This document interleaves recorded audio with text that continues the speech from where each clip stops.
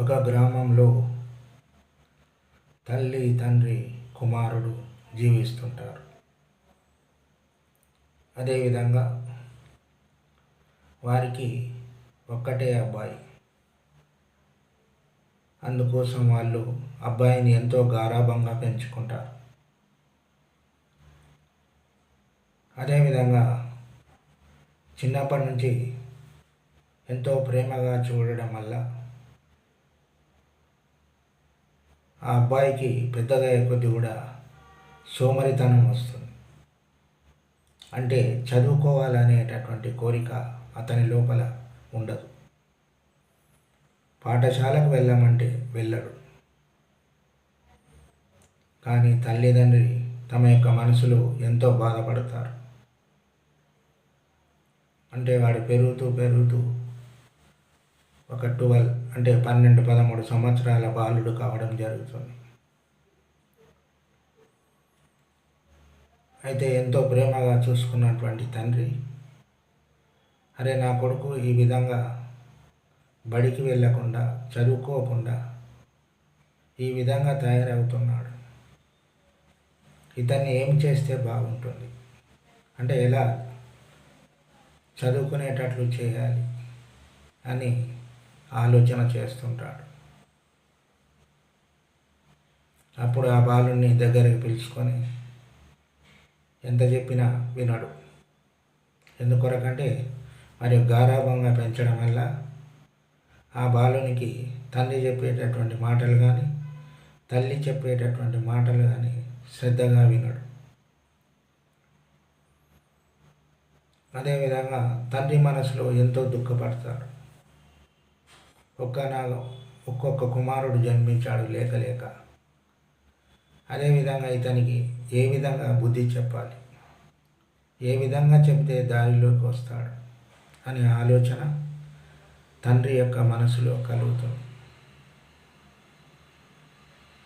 కలిగి అదేవిధంగా కొడుకును మందలిస్తాడు. అంటే ఈ లోకంలో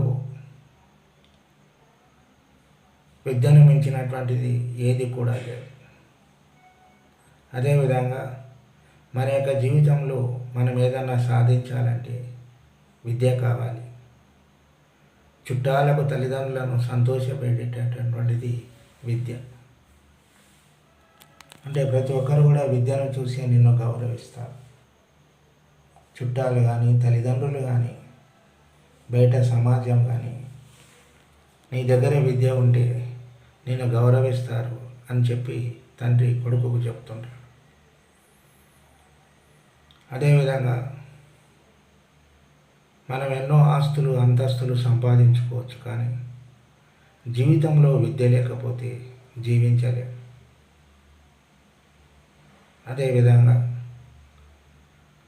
విద్య అనేటటువంటిది తరగని ఆస్తి. అంటే మనం 10 మందికి చెప్తే తెలివి, జ్ఞానం అనేటటువంటివి మనకు పెరుగుతుంటాయి. అందుకొరకు నువ్వు తప్పక చదువుకోవాలి. చదువుకోకపోతే ఎందుకు పనికిరావు. అదేవిధంగా విద్య లేనివాడు వింత పశువు అని పెద్దలు అంటుంటారు. తల్లిదండ్రులను ఎప్పుడు బాధ పెట్టకు అని కొడుకును మందలిస్తాడు.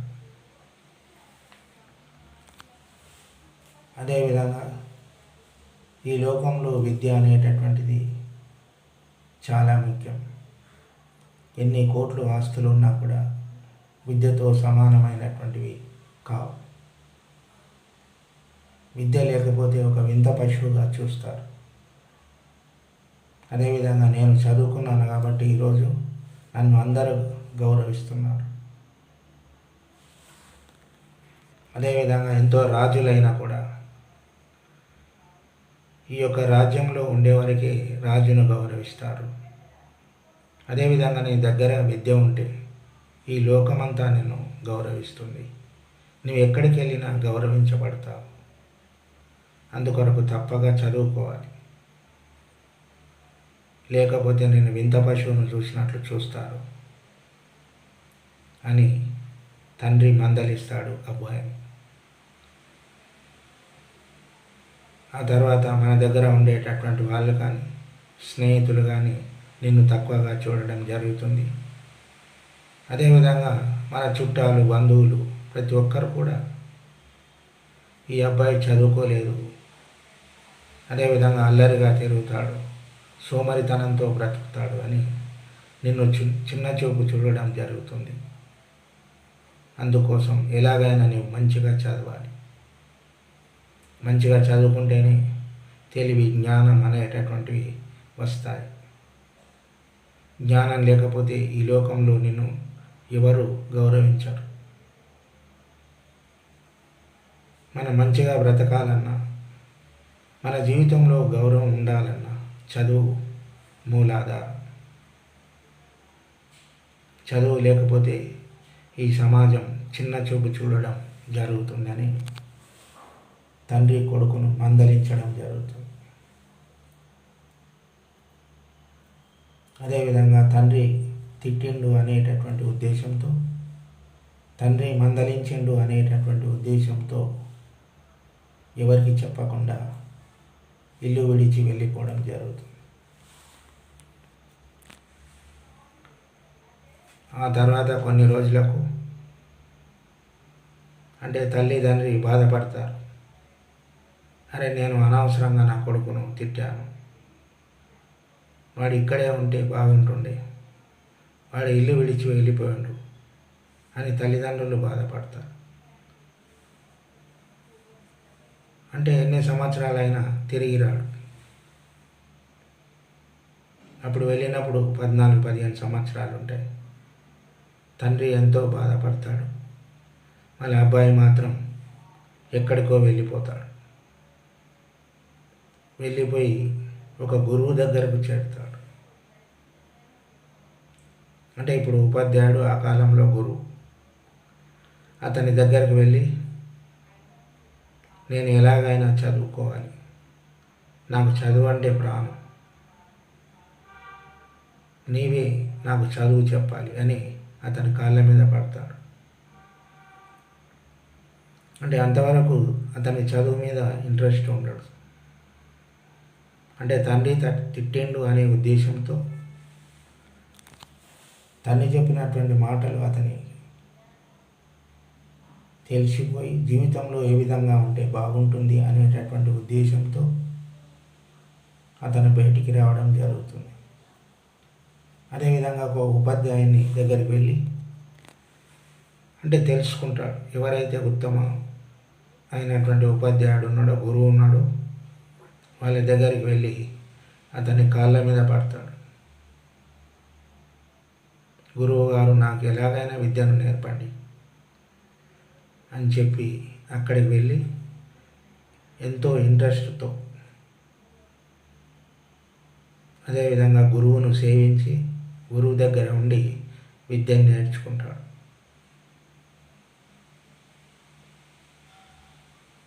విద్యను నేర్చుకొని అదేవిధంగా మొత్తం తిరిగి చూస్తాడు. అంటే సమాజంలో ఎట్లా ఉంది, ఏమేమి జరుగుతుంది అనేటటువంటి.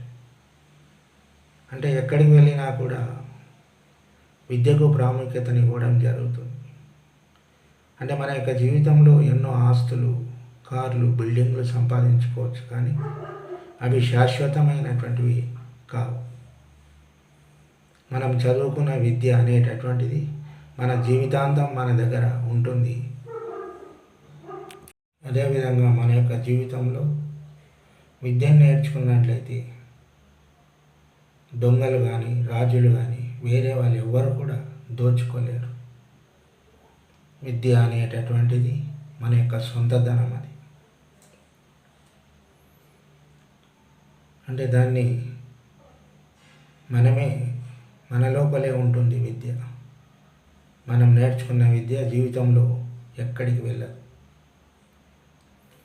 అందుకోసమే అన్నారు విద్య అనేటటువంటిది మన సొంత ధనం అని. అందుకొరకు అలాంటి సొంత ధనాన్ని ఎవరు కూడా దొంగిలించలేరు. ఈ లోకంలో విద్యను మించినటువంటిది ఏది లేదని ఆ యొక్క కుమారుడు తెలుసుకుంటాడు. ఆ తర్వాత తన తండ్రి దగ్గరికి వస్తాడు. వచ్చి తండ్రికి నమస్కారం తెలియజేస్తాడు. నాన్న, నీవు చెప్పినటువంటి మాట నిజమైనటువంటిది, సత్యమైనటువంటిది. నేను జీవితంలో మంచి విద్యను నేర్చుకున్నాను. అదేవిధంగా దేశం మొత్తం కూడా తిరిగి చూశాను. ఎక్కడ చూసినా కూడా విద్యను మించిన ధనం ఎక్కడ కనిపించలేదు. ఇన్ని రోజులు వ్యర్థంగా తిరిగాను, అందుకొరకు నన్ను క్షమించు నాన్న అని చెప్పి వాళ్ళ అమ్మ నాన్నల కాళ్ళ మీద పడతాడు. అంటే దీనిని బట్టి తెలుసుకునేది ఏంటంటే, ప్రతి విద్యార్థి కూడా తమ యొక్క తల్లిదండ్రులు, అదేవిధంగా గురువులు ఒకవేళ తిట్టినా కూడా పట్టించుకోకుండా, అదేవిధంగా చదువు పైన ప్రత్యేక శ్రద్ధ పెట్టి మంచిగా చదువుకోవాలనేటటువంటిది దీని యొక్క సారాంశం. అదేవిధంగా తల్లిదండ్రులు, గురువులు ఎవరు తిట్టినా కోపం పెంచుకోవద్దు. కోపం పెంచుకుంటే జీవితంలో మనమే నష్టపోతాం. అందుకోసం కోపాన్ని ఎప్పుడు కూడా తెచ్చుకోవద్దు. కోపం వల్ల ఎన్నో అనర్థాలు జరుగుతాయి తప్ప దానివల్ల మేలు అనేటటువంటిది జరగదు. జీవితంలో ఒక్కటే గుర్తుపెట్టుకోవాలి, తల్లిదండ్రులు కానీ గురువులు కానీ చెప్పినటువంటి మాటలు శ్రద్ధగా వినాలి. వాళ్ళు మీకోసమే చెప్తారు. మీ యొక్క జీవితంలో మీరు ఎదగాలని చెప్తారు. మంచిగా అభివృద్ధిలోకి రావాలని తల్లిదండ్రులు కానీ గురువులు కానీ కోరుకుంటారు. అందుకోసం ప్రతి విద్యార్థినీలు కూడా తమ యొక్క సొంత తెలివితేటలతో అదేవిధంగా మంచిగా చదువుకోవాలి.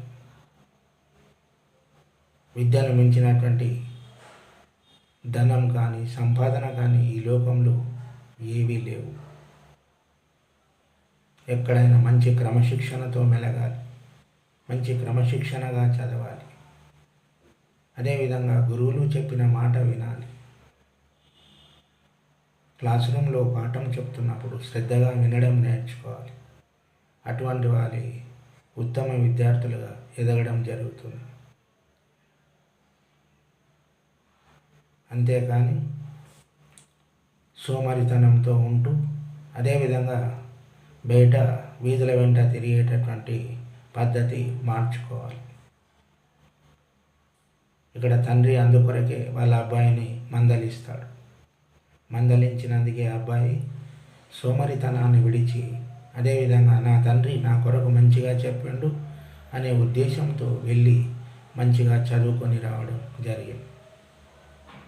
అందుకొరకు చదువు మీద శ్రద్ధ పెట్టాలి.